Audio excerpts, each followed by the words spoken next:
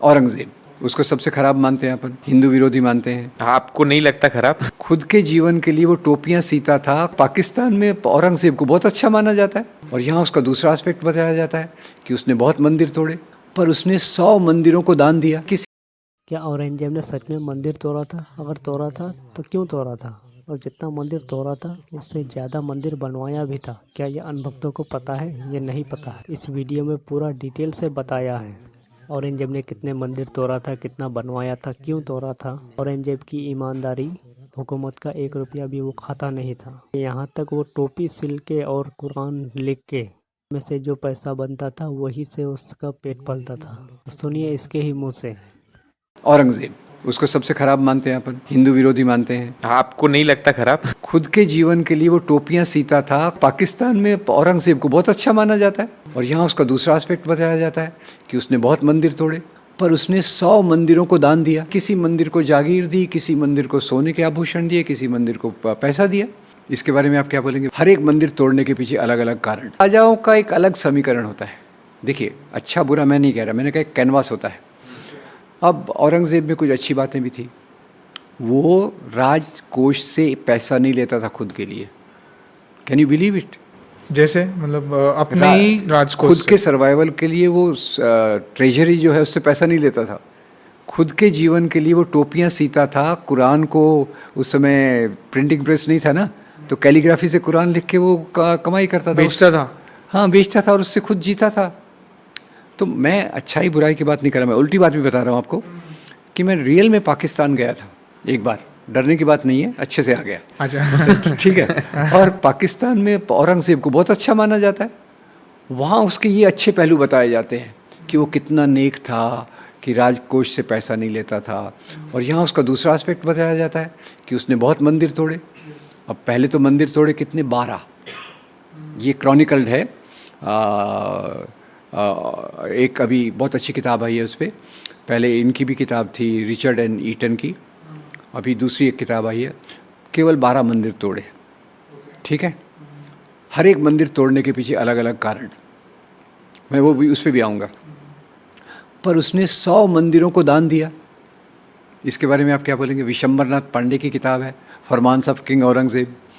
विशंबरनाथ पांडे जो आज़ादी के आंदोलन के एक बड़े नेता थे, बाद में उड़ीसा के गवर्नर बने, हिस्टोरियन थे। उन्होंने क्या किया? एज ए स्कॉलर अपने स्कॉलर्स को भेजा नॉर्थ इंडिया के मंदिरों के पास, और मंदिर के पुजारियों के पास औरंगजेब के द्वारा दिए गए जो फरमान हैं, फरमान है कोर्ट ऑर्डर, राजा का आदेश, फरमान है, उसको जमा करके लाओ।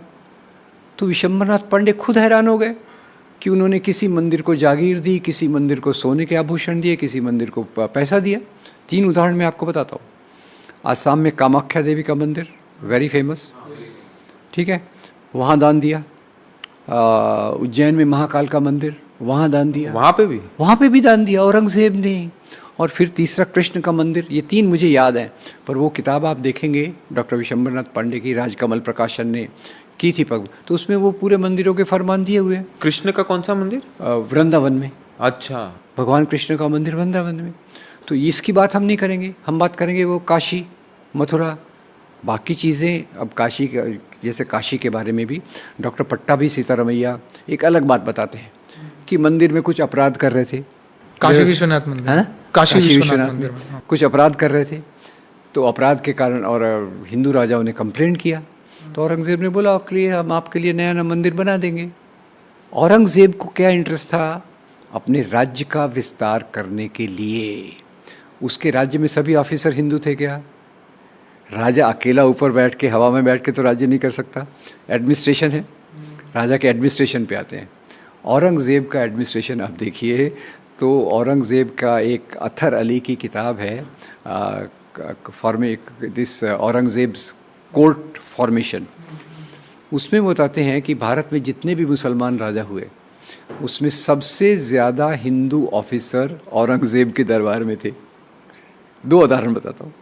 एक राजा Raghunath Rai, his finance department, Aurangzeb's finance department.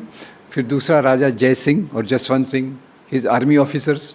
Jaswant Singh को तो भेजा भी था फाइट करने के लिए। Very correct. ये जो अपने शिवाजी महाराज और औरंगज़ेब का फाइट क्यों हुआ भाई?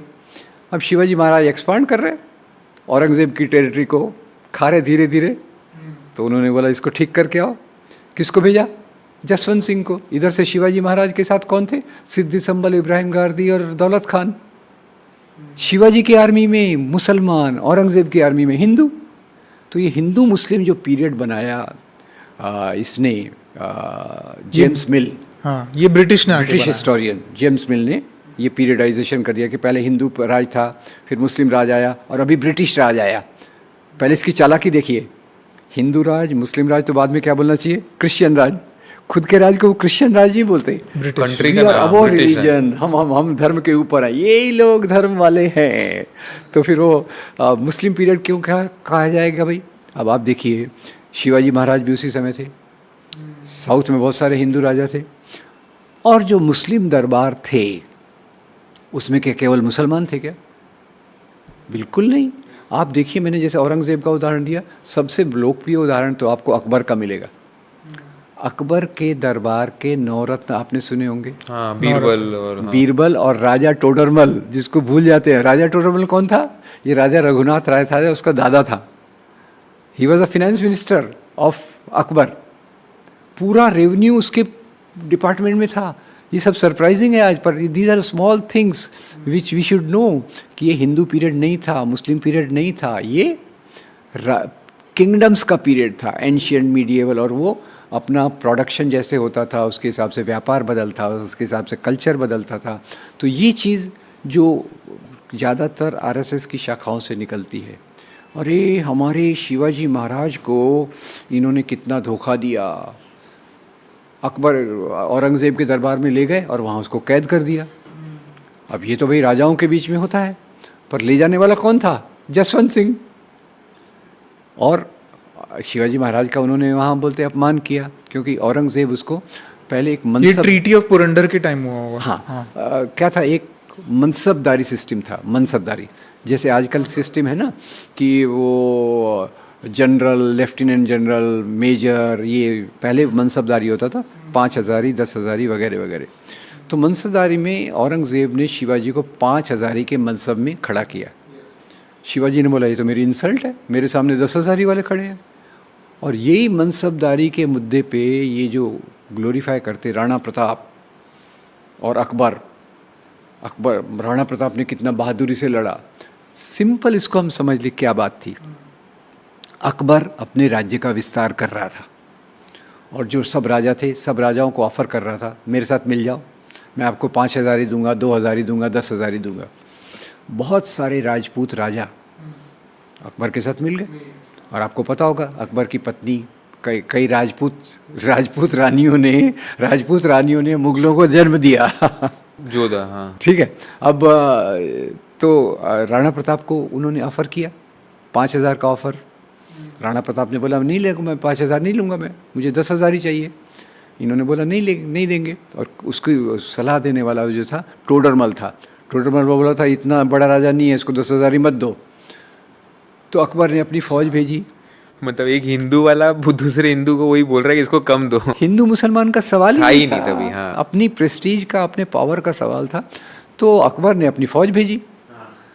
और फ़ौज किसके लीडरशिप में भेजी? राजा मान सिंह।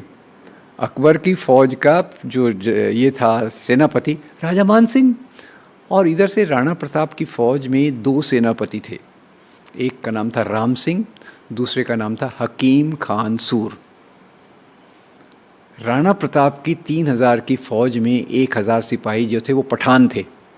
पठान और मुगलों का भी झगड़ा था, ये हम भूल जाते। कैनवास में वही दिखा, राणा प्रताप इधर और अकबर इधर। पर अकबर के नीचे आप देखो तो कौन खड़ा है? राजा मान सिंह और बहुत सारे मुगल। ये एक सिंपल सी चीज़ है, पर इससे एकदम हमारी आंखें खुल जाती हैं कि हिंदू मुसलमान की लड़ाई नहीं थी। ये लड़ाई मुख्य रूप से राजाओं की अपने वर्चस्व को स्थापित करने की लड़ाई थी। बाद में फिर खैर अब ये बात और है कि हम उसी को हाईलाइट करते हैं कि काशी विश्वनाथ को हाईलाइट करते हैं, पर कभी कामाख्या देवी को करते हैं क्या? कभी ये जो आप मैंने कृष्ण मंदिर या फिर उज्जैन का महाकाल, इसका हम वर्णन नहीं करते हैं। और उतने मंदिरों को उसने दान दिया, उसका वर्णन नहीं करते हैं। तो कामाख्या मंदिर में भी वो लेटर औरंगजेब का है। ये वो उस बुक में मिल जाएगा आपको, जो विशंबरनाथ पांडे की जो बुक है। और तो और मैंने एक बार शेखर गुप्ता का आर्टिकल पढ़ा था इंडियन एक्सप्रेस में। वो कांची कामकोटी पीठम के शंकराचार्य को वहाँ ये शेखर गुप्ता गए थे, if my memory is right, Indian express का आर्टिकल था। वो गए तो बोले, पहले मैं आश्चर्य किया जब मैं एंटर कर रहा था महाराज का ये आश्रम, तो पहले ही मुझे वहाँ एक टीपू सुल्तान का ब्रॉन्ज इंस्क्रिप्शन दिखा, यानी तांबे पे लिखा हुआ कि मैं टीपू सुल्तान जगत गुरु शंकराचार्य को इतनी भेंट दे रहा हूँ इनके आश्रम के मेंटेनेंस के लिए। अब इसमें क्या है, हिंदू मुस्लिम का क्या मामला? ये टीपू सुल्तान, उसका जो जनरल सबसे बड़ा ये था असिस्टेंट, उसका नाम था पूर्णैया, जो एक ब्राह्मण था।